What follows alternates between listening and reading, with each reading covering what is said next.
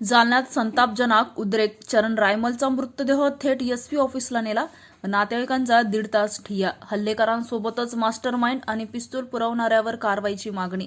आज दिनांक 25 रविवारी रोजी सकाळी 8 वाजता मिळालेल्या माहितीनुसार नूतन वसाहत भागात झालेल्या चरण रायमल हत्याकांडाचे पडसाद शनिवारी रात्री उमटले.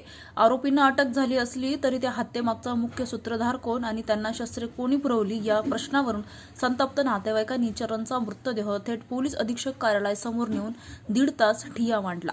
या प्रकारामुळे पोलीस प्रशासन आणि नातेवाईकांमध्ये मोठा तणाव निर्माण झाला होता.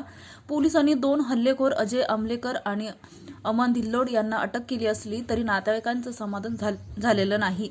ही हत्या केवळ 2 जणांनी केलेली नसून त्यामागे कोणीतरी मोठा मास्टरमाइंड आहे, त्याला तात्काळ अटक करा. जालन्यात गावठी कट्टे आले कुठून? पिस्तूल सप्लाय करणाऱ्यावरही कडक कारवाई करून गुन्हा दाखल करा. भर रस्त्यात गोळीबार करणाऱ्यांना फाशीची शिक्षा व्हावी अशी मागणी नातेवाईकांनी केली. मृतदेह पोलीस अधीक्षक कार्यालयासमोर आणल्यानंतर नातेवाईकांनी पोलीस प्रशासनाविरुद्ध संताप व्यक्त केला. जोपर्यंत पोलीस अधीक्षक स्वतः ठोस आश्वासन देत नाही आणि मुख्य सूत्रधाराचे नाव समोर येत नाही तोपर्यंत मृतदेह ताब्यात घेणार नसल्याचा पवित्रा नातेवाईकांनी घेतला होता. अखेर उपविभागीय पोलीस अधिकारी अनंत कुलकर्णी यांनी मध्यस्थी करत निष्पक्ष तपास आणि शस्त्र पुरवठादारांचा शोध घेण्याचं आश्वासन दिल्यानंतर संतप्त नातेवाईक शांत झाले. भर रस्त्यात झालेल्या या हत्येमुळे जालन्यातील कायदा व्यवस्थेवर प्रश्नचिन्ह उपस्थित केले जात आहे. पिस्टल कल्चर जालन्यात पुन्हा डोकेवर काढत असल्याने नागरिकांमध्ये भीतीचं वातावरण आहे. पोलीस आता या प्रकरणाचे धागेदोरे कोणापर्यंत पोहोचतात याकडे संपूर्ण जिल्हा पोलीस अधीक्षक कार्यालयात आणली होती. काय नेमकी तुमची मागणी?